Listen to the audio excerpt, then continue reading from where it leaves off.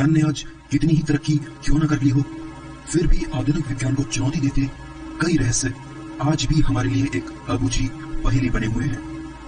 आज के इस एपिसोड में एक ऐसे प्राचीन स्मारक के बारे में बात करेंगे जिसके बारे में जानकर लोगों को उतना ही आश्चर्य होता है जितना आज से सदियों पहले होता था।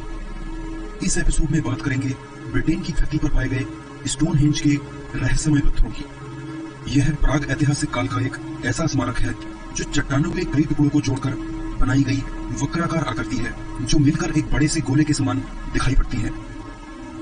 बहुत से खगोल शास्त्री इसे एक प्राचीन खगोल वेधशाला के रूप में मानते हैं, जिसकी संरचना इतनी जटिल है कि इसे एक प्राग ऐतिहासिक कंप्यूटर भी कहा जा सकता है। दोस्तों, स्टोनहेंज स्मारक दक्षिणी इंग्लैंड के सैलिसबरी के मैदानी इलाकों में स्थित है। ये पत्थर लगभग 13 फीट ऊंचे हैं और बलुआ पत्थरों से बने हैं। ऐसा माना जाता है कि इनकी आयु 4000 वर्षों से भी अधिक है। पुरातत्व विज्ञान के हिसाब से स्टोनहेंज के पत्थर ईसा से 2750 वर्ष पहले के हैं। एक मान्यता के अनुसार इनका निर्माण ब्रिटेन और गाल के ड्रुइड पुजारियों ने किया था, लेकिन आधुनिक पुरातत्व शास्त्री इससे सहमत नहीं है। उनके हिसाब से ये पत्थर ड्रुइड पुजारियों से भी 1000 साल पुराने हैं। कुछ पुरातत्व शास्त्रियों का मानना है कि इनका निर्माण रोमनों ने किया होगा, जबकि कुछ का मानना है कि इनके निर्माण के पीछे मिस्र के लोगों का हाथ है। उपलब्ध जानकारी के हिसाब से स्टोनहेंज के निर्माण का इतिहास 3 चरणों में बांटा जाता है। पहला चरण ईसा से 2750 वर्ष पहले का है, जिसमें स्टोनहेंज के रहस्यमय ओबरे क्षेत्र यानी ओबरे होल्स का निर्माण किया गया था। इन छिद्रों की संख्या 56 है और इन्हीं से स्टोनहेंज की बाहरी परिधि बनी है। पुरातत्व शास्त्रियों का मत है कि इसी दौरान स्टोनहेंज के प्रसिद्ध हील स्टोन का भी निर्माण हुआ होगा, जो मुख्य दरवाजे के बाहर की तरफ है। स्टोनहेंज की बाहरी परिधि के अंदर 83 नीले पत्थरों के बने दोहरे व्रत का निर्माण ईसा से 2000 वर्ष पहले माना जाता है। ऐसा माना जाता है कि ये पत्थर बैंपशायर एवन से मंगवाए गए थे, जो कि लगभग 4 टन वजनी थे। स्टोनहेंज में पाई गई कुल्हाड़ी और दूसरे औजार भी इसी पत्थर से बने हैं। इससे यह पता चलता है कि उस दौरान इन पत्थरों को काफी पवित्र माना जाता था। तीसरे चरण में स्टोनहेंज में 75 विशालकाय बलुआ पत्थरों को पाया गया। ऐसा माना जाता है कि ये पत्थर एवोवरी से 20 मील के दूर के इलाके से लाए गए थे। उसके बाद इन पत्थरों को तराशा गया और इन्हें लगभग 18 इंच की ढाल वाली जमीन पर स्थापित किया गया। हाल ही में जमीन को भेदने वाले रडार, 3D लेजर स्कैनर और मेटल डिटेक्टर की मदद से रिसर्चरों की एक टीम इसका एक डिजिटल मैप तैयार करने में कामयाब हो पाई है। उम्मीद की जा रही है कि इसकी मदद से जमीन के अंदर छुपे प्राचीन काल के स्मारकों के ढेरों रहस्य खोले जा सकेंगे। इस प्रोजेक्ट के लीडर विंसेंट गैफनी के मुताबिक स्टोनहेंज के आसपास का ज्यादातर इलाका अभी रहस्य है। नई रिसर्च से स्टोनहेंज के बारे में हमारी धारणा बदलेगी, तो कहा जा सकता है कि यह एक बहुत बड़ा कदम है। अपने 4 साल के शोध के दौरान टीम को 17 नए स्मारक मिले, जिनके बारे में हमें पहले पता ही नहीं था। रिसर्चर दर्जनों नए टीलों के बारे में भी पता लगाने में कामयाब हुए। इनके बारे में धारणा है कि इन्हें अंतिम संस्कार में दफनाने के काम में इस्तेमाल किया गया होगा। गेफरी ने बताया कि जिन नए स्मारकों का पता चला है, ये अलग तरह के हैं और भूगर्भ वैज्ञानिकों ने इन्हें पहले कभी नहीं देखा। इस प्रोजेक्ट के जरिए स्टोनहेंज के पास स्थित ड्यूरिंगटन वॉल के बारे में भी नई जानकारियां मिली हैं। यहाँ करीब 4500 साल पहले सभ्यता का अस्तित्व माना जाता है। यह लगभग वही समय था जिस समय स्टोनहेंज का निर्माण हुआ था। रिसर्चरों के मुताबिक इसके इर्द गिर्द भी करीब 3 मीटर तक इसी तरह के पत्थरों का घेरा है।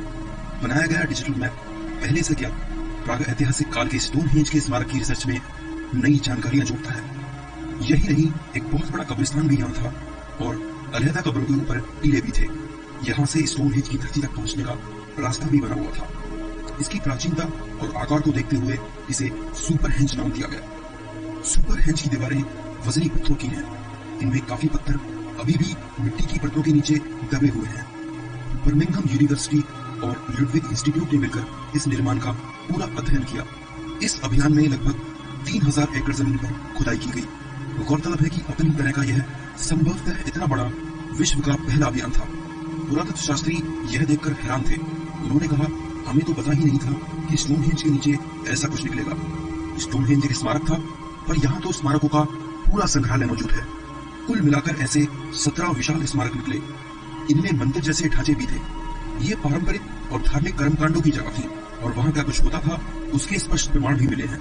स्टोनहेंज और उसके नीचे के इस रहस्यमय संसार का कोई भी लिखित प्रमाण उपलब्ध नहीं है। इसके बावजूद सबसे ज्यादा इतिहास इसी के साथ जोड़ा गया। इसके आकार और महत्व पर भी वैश्विक चर्चा हुई। जब स्टोनहेंज के नीचे खंडर के इस खजाने का पता लगा तो पूरा पुरातात्विक जगत चकित रह गया। यह बिल्कुल नई खोज थी और इससे पहले इन्हें कभी नहीं देखा गया था। इस खुदाई में 4 साल लगे, बड़ी सावधानी के साथ मिट्टी की परतें हटाई गईं और तब पता चला कि यह निर्माण स्टोनहेंज से बहुत पहले के थे। धरती के नीचे का यह शहर स्टोनहेंज से 2 मील दूर है। यहाँ लकड़ी की एक बड़ी इमारत के भी अवशेष मिले हैं। कब्रों में कंकाल थे। इसके अलावा पुराने बर्तन और दूसरी इस्तेमाल की चीजें भी मिली। इस स्टोनहेंज में बड़े वजनी पत्थरों की 330 मीटर लंबी कतार है। चट्टानों से बने इस आकार को एक खास तकनीक के आधार पर बनाया गया था, पर किस काम के लिए इसका निर्माण किया गया यह अब तक पता नहीं चला। यह कौन सी तकनीक थी इसका भी अनुमान नहीं लगाया जा सका। खगोल शास्त्री एडवर्ड ड्यूक के हिसाब से यह सोलर सिस्टम को दिखाता है और उसमें स्टोनहेंज शनि ग्रह की कक्षा के समान है, जबकि नॉर्मन लाइगर के हिसाब से हिल स्टोन की स्थिति ग्रीष्मकालीन संक्रांति यानी मिड समर सोल्स्टिस को प्रकट करती है। और अगर इसे उल्टा करके देखा जाए तो यह शरदकालीन संक्रांति यानी विंटर सोल्स्टिस की स्थिति दर्शाती है। उनका अनुमान है कि इनके अध्ययन से कई तरह के कैलेंडर बनाए जाते होंगे। खुद स्टोनहेंज, ईस्टरलैंड की दैत्याकार मूर्तियां और इसके जैसे न जाने कितने निर्माण तथा पिरामिडों में भारी चट्टानों का प्रयोग किया गया था। इसलिए इस बात को नजरअंदाज नहीं किया जा सकता कि जिन लोगों ने इन्हें खुद बनाया या इन्हें बनाने में स्थानीय लोगों की सहायता की, वे कितनी उच्च तकनीकी क्षमता का ज्ञान रखते थे। इन सभी स्थानों से प्राचीन सभ्यताएं जुड़ी हुई हैं और वे बहुत उन्नत सभ्यताएं थी। ऐसी सभ्यताओं का मिटना हमें यह संदेश देता है कि हमें प्रकृति के साथ सामंजस्य बिठाकर विकास की यात्रा तय करनी होगी, नहीं तो दशकों और सदियों का विकास प्रकृति के एक झटके से ताश के पत्तों की तरह बिखर जाता है।